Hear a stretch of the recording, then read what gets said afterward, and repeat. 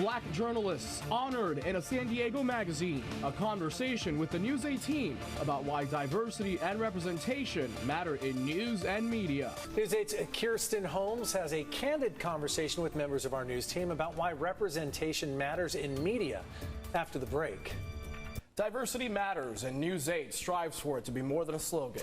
5 members of our news team, LaMonica Peters, Heather Hope, Brandon Lewis, Kirsten Holmes, and Carlene Chavis, are featured in Black SD magazine to talk about diversity in the media. Along with the newest member of our News 8 sports team, Marcus Greaves, they sat down and talked about why representation is important to them and to San Diegans of color. Here's Kirsten Holmes.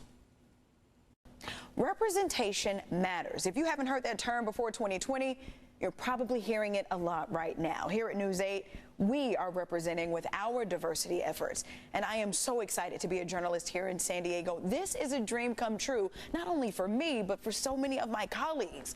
And our efforts did not go unnoticed. We were featured in Black SD magazine to talk about diversity in media and what we are living out every day here at News 8, representation.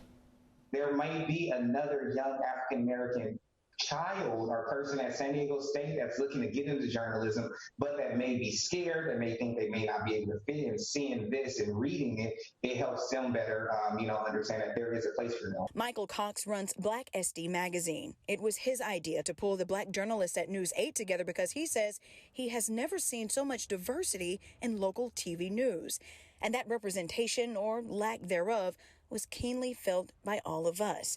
Carlene Chavis is the first Black chief meteorologist in San Diego. Growing up, you didn't see a lot of meteorologists that look like me, especially chief meteorologists that look like me. And so for me, I'm the type of person, if I don't see representation, if I don't see us, I'm going to make sure that we are there. Part of the reason why I became a journalist, so that I could tell the stories that nobody, would get to hear otherwise. LaMonica Peters was an educator before she broke into radio and ultimately landed her dream job in TV news. I just think it's important that you be able to be who you are authentically. The more authentic you are, your personality, and I mean within the realms of being a professional, the better a reporter or an anchor you are going to be. Heather Hope and Brandon Lewis have been at News 8 the longest after starting in 2015.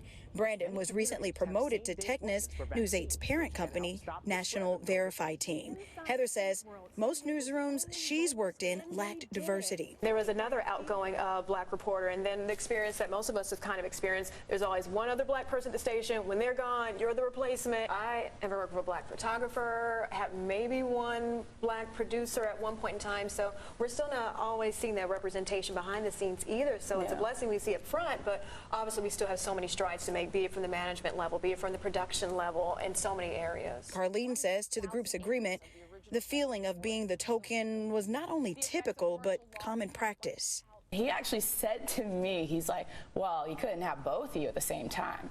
And it's like, how am I going to respond to something like that? Exactly. I was more in shock than anything else, didn't really know how to respond. But it's unfortunate that someone feels like only one of us can be seen at a station at a time. News 8's newest edition, sports anchor Marcus Greaves says, I was so hyped when I saw the team. I was like, oh, we got a solid roster here. I like this. I mean, obviously, as people, we can relate to each other in any way, but, you see someone who looks like you, who talks like you.